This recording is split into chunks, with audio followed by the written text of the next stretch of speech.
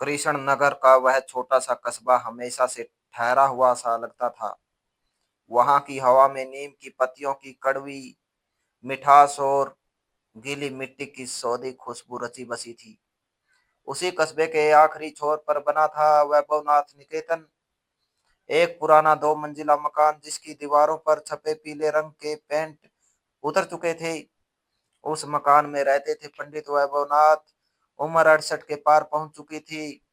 चेहरे पर गहरी झुर्रियां थी, लेकिन आंखों में एक अजीब सा ठहराव था। वैभवनाथ जी अपने जमाने के मशहूर हेडमास्टर रहे थे। कस्बे का शायद ही कोई ऐसा घर हो जहां के बच्चे ने उनसे पढ़ाई ना की हो। लेकिन समय के साथ लोग आगे बढ़ गए और वैभवनाथ जी अपने अतीत की यादों के साथ उसी पुराने मकान में अकेले रह गए। पत्नी सावित्री को गुजरे 6 साल हो चुके थे। उनका एकमात्र बेटा आशीष दिल्ली में एक बड़ी कंपनी में काम करता था। आशीष ऐसा बेटा नहीं था जो अपने माँ बाप को भूल जाए। वह हर महीने समय पर पैसे भेजता था, हर हफ्ते रविवार को फोन करके हाल चाल पूछता था और त्योहारों पर घर भी आता था। लेकिन शहर की भागदौड़ ने उसके पास समय नाम की चीज नहीं छोड़ी थी। वह पैसे भेज सकता था लेकिन समय नहीं। दिसंबर के कड़ाके की ठंड थी। शाम ढलते ही पूरा कस्बा कोहरे की सफेद चादर में लिपट जाता था। वैभवनाथ जी हर शाम अपने आंगन में एक छोटी सी अलाव जलाकर बैठते थे। सूखी लकड़ियों के चटकने की आवाज और आग की लपटें ही जैसे उनकी शाम की अकेली साथी थी। उस दिन भी वह अलाव के पास बैठे थी जब डाकिया राम निवास दरवाजे पर आया। मास्टर साहब, एक चिट्ठी आई है। रामनिवास ने कांपते हाथों से एक लिफाफा आगे बढ़ाया। वैभवनाथ जी ने मुस्कुराकर चिट्ठी ली। वह जानते थे कि यह कोई सरकारी पेंशन का कागज होगा या क्योंकि आशीष तो सीधे फोन करता था। लेकिन जब उन्होंने लिफाफे पर लिखे शब्द देखे तो उनकी आंखें फटी की फटी रह गई। वह आशीष का खत नहीं था, ना ही कोई पेंशन का कागज था। वह एक ऐसा खत था जिसने वैभवनाथ जी की जिंदगी में बरसों बाद एक नई हलचल पैदा कर दी थी। चिट्ठी पर लिखा था, परम आदरणीय मास्टर साहब प्रणाम। शायद आप मुझे भूल गए होंगे। मैं कबीर हूँ, आपका वही छात्र जो कभी स्कूल की छत से गिर पड़ा था और आपने मुझे अपनी पीठ पर उठाकर 2 किलोमीटर दूर अस्पताल पहुंचाया था। मास्टर साहब, आज मैं 42 साल का हो चुका हूँ। शहर में मेरा अपना कारोबार है, सब कुछ है मेरे पास। लेकिन पिछले कुछ दिनों से मुझे अपने बचपन का वह छोटा सा कस्बा और आपकी वह बातें बहुत याद आ रही है। हाल ही में मुझे पता चला कि आप अकेले रहते हैं। मास्टर साहब, क्या मैं इस रविवार आपसे मिलने आ सकता हूँ? मुझे आपसे कुछ मांगना है, कुछ ऐसा जो सिर्फ आप ही मुझे दे सकते हैं। आपका ही छात्र कबीर। वैभवनाथ जी ने चश्मा उतारा और अपनी आंखें पोंछी। कबीर, हाँ, उन्हें धुंधला सा याद आया। एक बहुत ही चंचल और जिद्दी लड़का जो पढ़ाई में कम और चित्रकारी में ज्यादा ध्यान देता था। उसी श्याम वैभवनाथ जी ने अपनी पुरानी अलमारी खोली। अलमारी के सबसे निचले खाने में एक लकड़ी का भारी बक्सा रखा था। उन्होंने धीरे से उसे बाहर निकाला। उस बक्से में उनके पूरे जीवन की जमा पूंजी थी। पैसे नहीं, बल्कि पिछले 40 सालों में उनके छात्रों द्वारा लिखे गए खत, उनकी पुरानी डायरियां और कुछ हाथ से बनाए गए चित्र। वैभवनाथ जी ने बक्सा खोला तो सूखे हुए पत्तों को और पुराने कागजों की एक परिचित महक हवा में तैर गई। उन्होंने कबीर का पुराना रिपोर्ट कार्ड और उसकी एक पुरानी स्केच बुक निकाली। इस स्केच बुक के पन्नों पर गांव के पुराने बरगद के पेड़, नदियां और अलाव सेकते हुए लोगों के चित्र बने थे। तभी उनका फोन बजा। स्क्रीन पर आशीष का नाम चमक रहा था। हाँ आशीष बेटा, बेटे। वैभवनाथ जी ने फोन उठाया। बाबूजी प्रणाम, कैसे हैं आप? ठंड बहुत बढ़ गई है, आप बाहर तो नहीं निकल रहे? आशीष की आवाज में हमेशा की तरह चिंता थी। मैं ठीक हूँ बेटा, बस आंगन में अलाव सेक रहा था। आज कबीर का खत आया है। वैभवनाथ जी के स्वर में एक अजीब सी उत्तेजना थी। कबीर कौन कबीर बाबूजी? आशीष ने काम के बीच व्यस्तता से पूछा। वही जो बचपन में मेरे साथ रहता था, मेरा पुराना छात्र, वो इस रविवार मिलने आ रहा है। आशीष उधर से थोड़ा झिझका। बाबूजी, आपको अनजान लोगों को घर में नहीं बुलाना चाहिए। आजकल जमाना अच्छा नहीं है। और आपको किसी चीज की जरूरत हो तो मुझे बताइए, मैं ऑनलाइन मंगवा देता हूँ। वैभवनाथ जी ने हल्की सी सांस ली और मुस्कुराकर कहा, बेटा, हर चीज बाजार में नहीं मिलती। कुछ चीजें इंसान के आने से ही पूरी होती है। तुम चिंता मत करो। आशीष को समझ नहीं आया कि बाबूजी क्या कहना चाह रहे हैं, लेकिन उसने बात वहीं खत्म कर दी। रविवार की सुबह कोहरा बहुत घना था। सूर्य की किरणें दोनों को चीरने की नाकाम कोशिश कर रही थी। वैभवनाथ जी सुबह से ही तैयारी में लगे हुए थे। उन्होंने घर की सफाई की, पुरानी चाय की केतली निकाली और बाजार से ताजा गुड़ और मूंगफली मंगवाई। दोपहर के करीब 1 बजे दरवाजे पर एक शानदार काले रंग की गाड़ी आकर रुकी। गाड़ी से एक मूछों वाला कोट पैंट पहने हुए गंभीर सा आदमी उतरा। उसके चेहरे पर एक अजीब सा संकोच और श्रद्धा थी। वह कबीर था। जैसे कबीर ने वैभवनाथ जी को देखा, उसने अपनी महंगी गाड़ी का नजारा छोड़ सीधे जाकर वैभवनाथ जी के पैर छू लिए। उसकी आंखों में आंसू आ गए। मास्टर साहब! कबीर की आवाज भारी हो गई। वैभवनाथ जी ने उसे गले से लगा लिया। आओ कबीर, आओ बेटा, बेटे, पहचाना तुम्हें, लेकिन थोड़े बदल गए हो। दोनों घर के अंदर आए। आंगन में अलाव जल रहा था। दोनों अलाव के पास बिछी लकड़ी की खाट पर बैठ गए। वैभवनाथ जी ने चाय बनाई। उस देसी चाय और गुड़ की मिठास ने माहौल को सहज बना दिया। कबीर, तुमने चिट्ठी में लिखा था कि तुम्हें मुझसे कुछ मांगना है। ऐसा क्या है जो एक हेडमास्टर तुम्हें दे सकता है? वैभवनाथ जी ने उत्सुकता से पूछा। कबीर ने अपनी चाय का घूंट लिया और थोड़ी देर शांत रहा। फिर उसने अपने बैग से एक मोटी सी फाइल निकाली। मास्टर साहब, मैं आज बहुत अमीर हूँ, मेरे पास सब कुछ है, लेकिन मेरी एक 15 साल की बेटी है, रिया। वह दिन रात मोबाइल और कंप्यूटर में खोई रहती है। उसे ना रिश्तों की समझ है, ना जीवन की सादगी का अंदाजा। उसे लगता है कि दुनिया सिर्फ स्क्रीन के अंदर बंद है। कबीर की आंखें नम हो गई। मैं उसे यहाँ लाया हूँ, वह गाड़ी में बैठी है। मैं चाहता हूँ कि आप उसे वह सिखाएं जो आपने कभी हमें सिखाया था, जीवन जीना। मैं चाहता हूँ कि वह कुछ दिन इस पुराने घर में आपके साथ रहे। वैभवनाथ जी दंग रह गई। आज के दौर में जहाँ लोग अपने बच्चों को बड़े बड़े समर कैंप और विदेश भेजते हैं, वहाँ कबीर अपनी बेटी को एक अकेले बूढ़े मास्टर के पास छोड़कर जीवन की सीख दिलाना चाहता था। लेकिन कबीर, वह शहर की लड़की है। यहाँ ना टीवी है, ना अच्छा इंटरनेट। वह यहाँ कैसे रहेगी? वैभवनाथ जी ने शंका जताई। इसीलिए तो लाया हूँ मास्टर साहब। जब तक वह इन पुरानी चीजों को महसूस नहीं करेगी, उसे असली दुनिया का पता नहीं चलेगा। जब रिया गाड़ी से उतरकर अंदर आई, तो उसके चेहरे पर साफ नापसंद दिख रही थी। जीन्स और जैकेट पहने, हाथ में आईफोन लिए, रिया ने पुराने घर को ऐसे देखा जैसे वह किसी अजायब घर में आ गई हो। पापा, आप मुझे यहाँ इस पुराने गांव में छोड़ रहे हैं?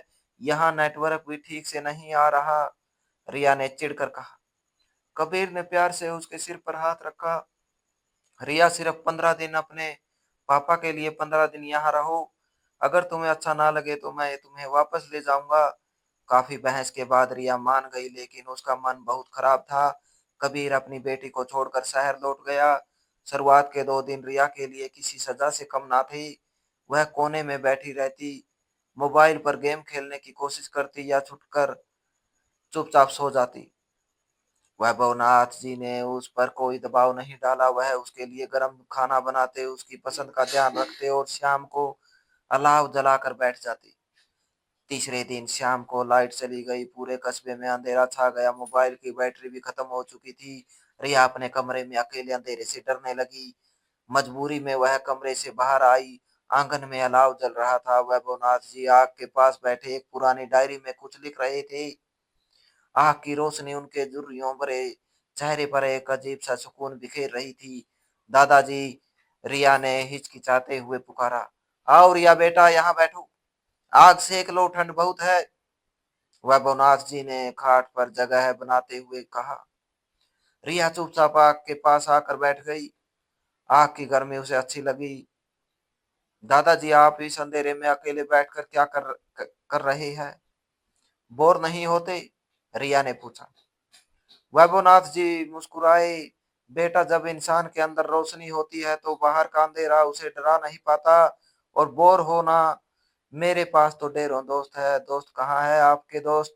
रिया ने आसपास देखते हुए कहा। वैभवनाथ जी ने वह लकड़ी का बक्स रिया के सामने रख दिया। यह देखो, यह मेरे छात्रों के खत है। किसी ने 20 साल पहले लिखा था, किसी ने 10 साल पहले। जब भी मैं अकेला महसूस करता हूँ, इन्हें पढ़ लेता हूँ। मुझे लगता है कि वह सब मेरे पास ही बैठे हैं। रिया ने उत्सुकता से बक्से में हाथ डाला। उसने एक पीला पड़ चुका कागज निकाला। उस पर हाथ से एक सुंदर सा पेड़ और चिड़िया बनी थी। यह किसने बनाया है? रिया ने पूछा। यह तुम्हारे पापा ने बनाया था, जब वह तुम्हारी उम्र के थे, वैभवनाथ जी ने स्नेह से कहा। रिया की आंखें फैल गई। पापा ने? लेकिन पापा तो कहते हैं कि उन्हें ड्राइंग बिल्कुल नहीं आती। आती थी बेटा, लेकिन शहर की दौड़ में वह भूल गए, बिल्कुल वैसे ही जैसे लोग धीरे धीरे हंसना और सुकून से बैठना भूल जाते हैं। वैभवनाथ जी ने धीमी आवाज में कहा। उस रात के बाद रिया में एक अद्भुत बदलाव आने लगा। अगली सुबह रिया जल्दी उठ गई। उसने देखा कि दादाजी पक्षियों को दाना डाल रहे थे। रिया उनके पास गई और बोली, क्या मैं भी दाना डाल सकती हूँ? वैभवनाथ जी ने मुस्कुराकर दाने की कटोरी उसकी तरफ बढ़ा दी। जब पक्षी रिया के हाथों के पास आकर दाना चुगने लगे, तो उसके चेहरे पर एक ऐसी मुस्कान आई जो उसने शायद महीनों से अपने चेहरे पर नहीं देखी थी। दिन बीतने लगे। रिया ने मोबाइल छूना बंद कर दिया था। अब वह दादाजी के साथ रसोई में मदद कराती, पुराने बक्से से कहानियों की किताबें निकाल कर पढ़ती और शाम को अलाव के पास बैठकर दादाजी से उनके जमाने की के किस्से सुनती।